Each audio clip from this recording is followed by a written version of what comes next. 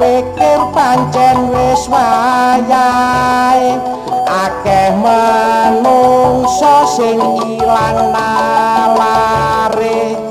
kaya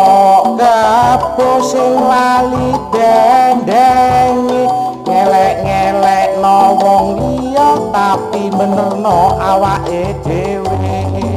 duwe anak wedok kabeh wis gedhe gak gelem ngewangi masak gopo ngebel ambek pacare sing tangan tengen goreng tahu sing kiwa ngebel pacare gopo-gopo nyandak HP dadak keliru gorengan tempe